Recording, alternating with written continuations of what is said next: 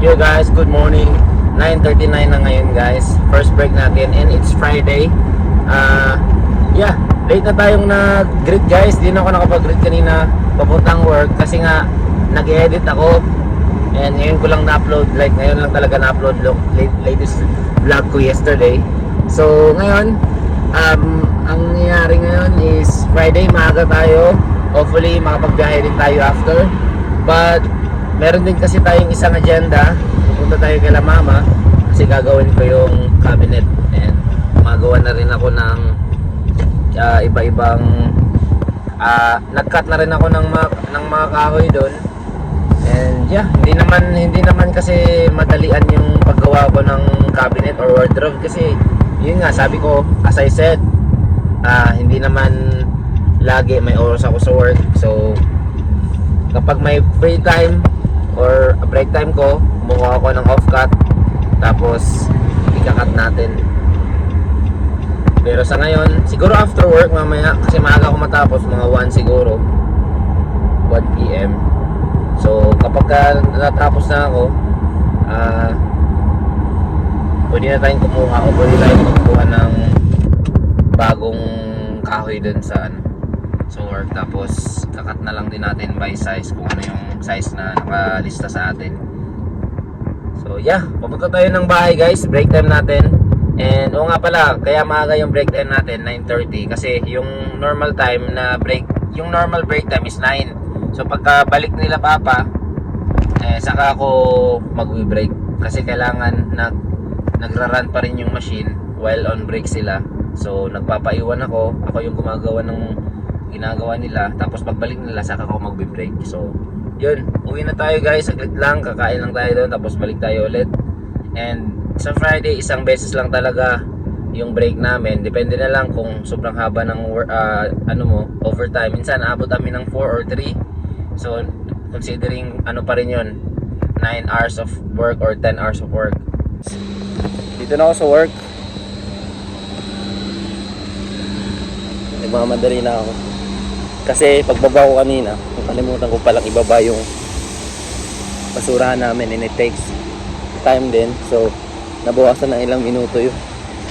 Akala ko balik ako agad dito sa work. So balik tayo ng mga 5 minutes, pero okay lang. So yun, break muna tayo saglit. 1 PM na.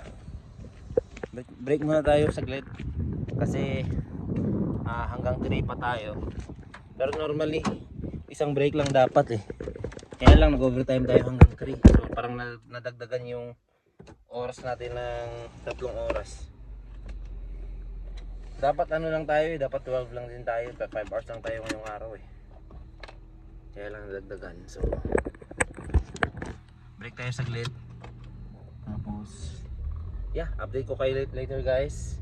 Pupunta ata kami kay mama kasi nadala na ni papa yung kahoy na pinadala ko. Kinat ko, dinala na ni papa sa bahay at saka doon ko na lang din i-assemble. Yo guys, magandang hapon. Time check tayo, 6:21 na ng gabi. Ayan. Tapos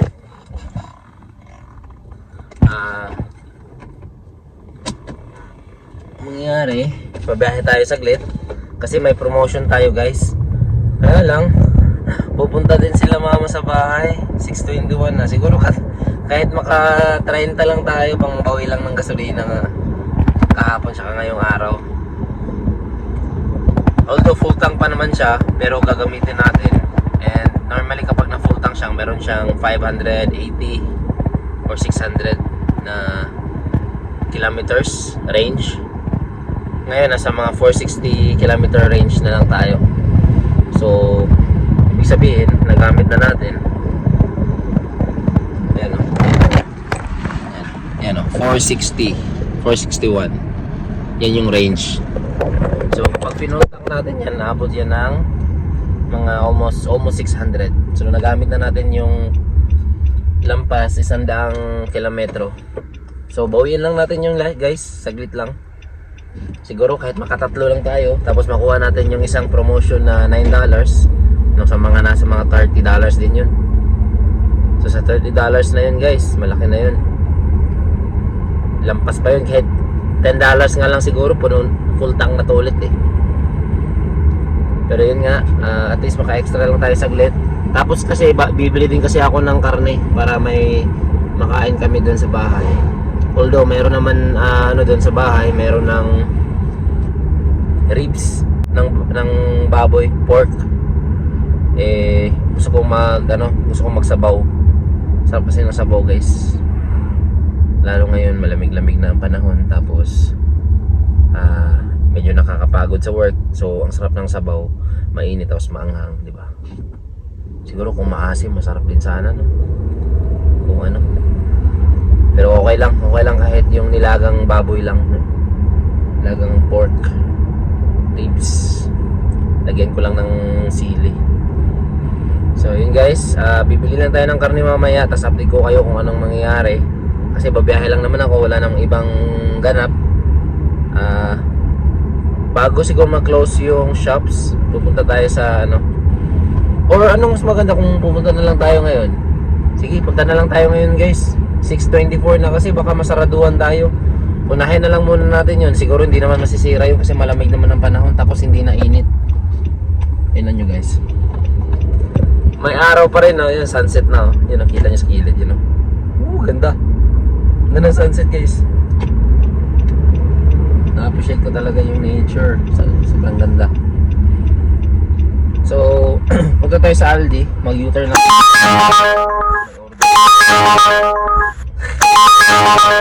Guys, wait. Yan, kinancel ko yung order ko. Pakita ko sa inyo to guys. Ka-sunset, ang ganda. Tingnan mo. Ganda, oh. Ganda niyan, par. Wait lang. Pinakita ko lang sa inyo. Ganda ng lighting, no? Nakita ko lang sa inyo. Bawal kasi maghawak talaga ng cellphone kapag nagda-drive. Delikado yun guys. Huwag niyong gawin yun. Anyway, pumunta na tayo sa Aldi. Dagdagan natin yung pork. Kasi yung spare ribs, syempre ribs, diba? Wala masyadong laman. Although marami-rami din naman yun. May laman yun, konti lang. Bilan ko na lang siguro ng ano, ng konting laman, konting karne, para at least hindi naman purong ribs lang lahat. Tapos bibili tayo ng pak choy, bok choy, ganun, para at least may gulay din yung sabaw natin, di ba? Excited na rin ako, gutom kasi ako guys. Nag-apple lang ako kanina eh, pero 3 apple, yung green sinawsaw ko sa suka. Kasi medyo may kaasiman siya. So parang ang nangyari, para siyang mangga. Kapag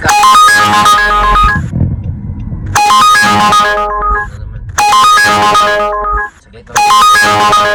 So dito na rin naman ako sa Aldi. Tapos natanggap ko yung order.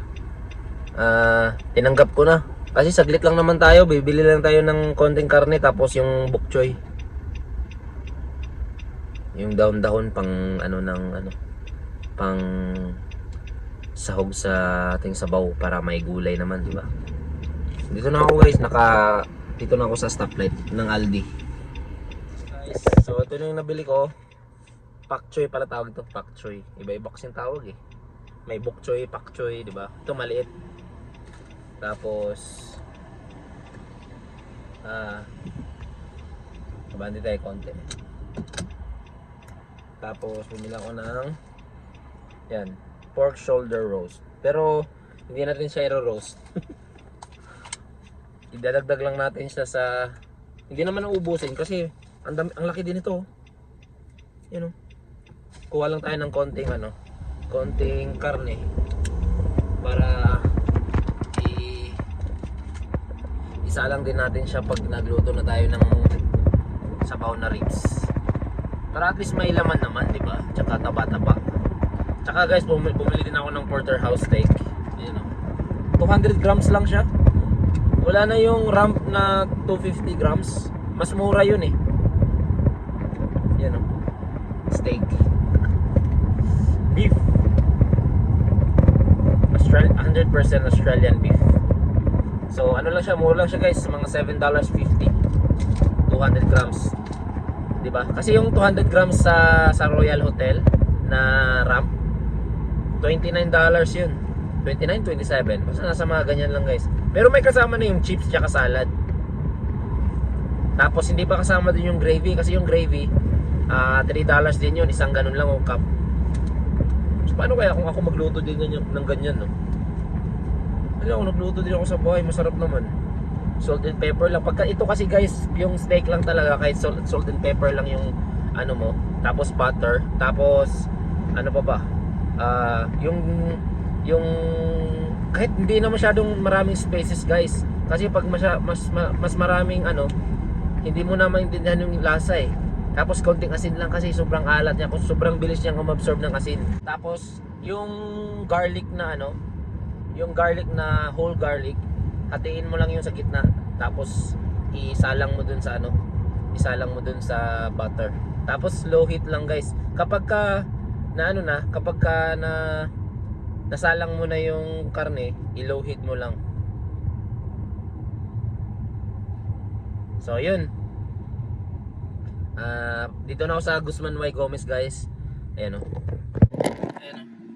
Guzman Y Gomez. Diba? Ito, tatlong order meron tayo sa Guzman. So tatlong order, makukuha na agad natin yung tatlo kapag nahatid natin to. Kaya lang medyo may kalayuan. Pero okay lang, pag nakuha natin yung tatlo, pwede na tayong umuwi. Kasi yun lang naman yung target natin eh. Pero depende pa. Kasi sila papa, nasa bahay pa lang daw, hindi pa naman pumunta dito. So kapag wala pa sila, pwede pa tayong bumiyahe ng mas mahigit na ano, mag-extra muna. Hey guys, so nakuha ko na yung tatlong order ko guys sa GYG. Kaya lang, nag-chat sa akin si mama na nasa labas na daw sila ng bahay. Kaya after ng delivery na to, uwi na rin tayo agad. At least nakuha natin yung first quest. Ay, kamot. Ay, dunggan si Talin. Ay, here.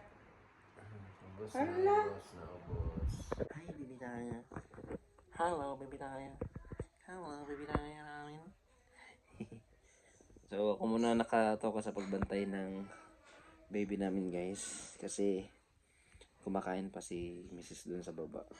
But anyway, kanina hindi na ako nakapag-update nung nakarating ako dito sa bahay. Kasi nagluto lang ako.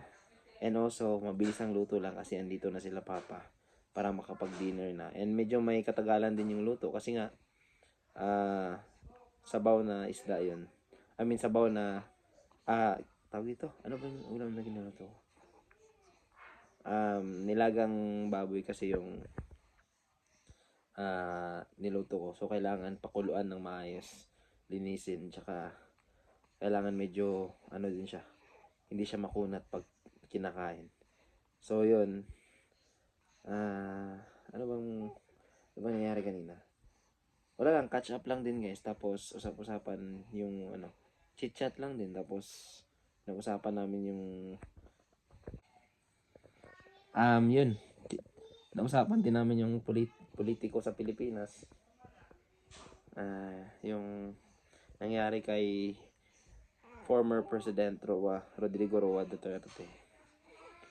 Kay Tatay Digong. Yun lang. Wala namang ibang ganap. But anyway, umuwi na sila papa kasi ibababa pa niya yung sasakyan na kinuha niya dito para maayos niya yung sasakyan. Tapos para may time pa sila manood ng news from The Hague, Netherlands kasi the Netherlands kasi doon ginanap yung doon galing yung news kasi doon naka-detain si Tatay Digong. So may news mamaya 2 PM daw doon sa 2 PM daw ng hapon doon sa the Netherlands, pero dito naman 11 PM. Kasi sabi daw 9 daw sa Pilipinas, 2 hours ahead tayo dito sa Australia. Dito sa Queensland specifically kasi may ibang part dito sa Australia na may iba na rin yung oras. So yun guys, update na lang later guys, or dito ko na lang din siguro tatapusin tong ang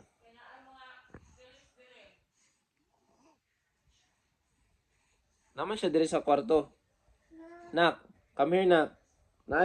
Napig oh, pero. So yun, dito ko lang din siguro tatapusin tong vlog na to guys. Thank you guys for watching. Nak, sabay sa vlog be. Bye-bye vlog. See ya. See ya later. Bye vlog.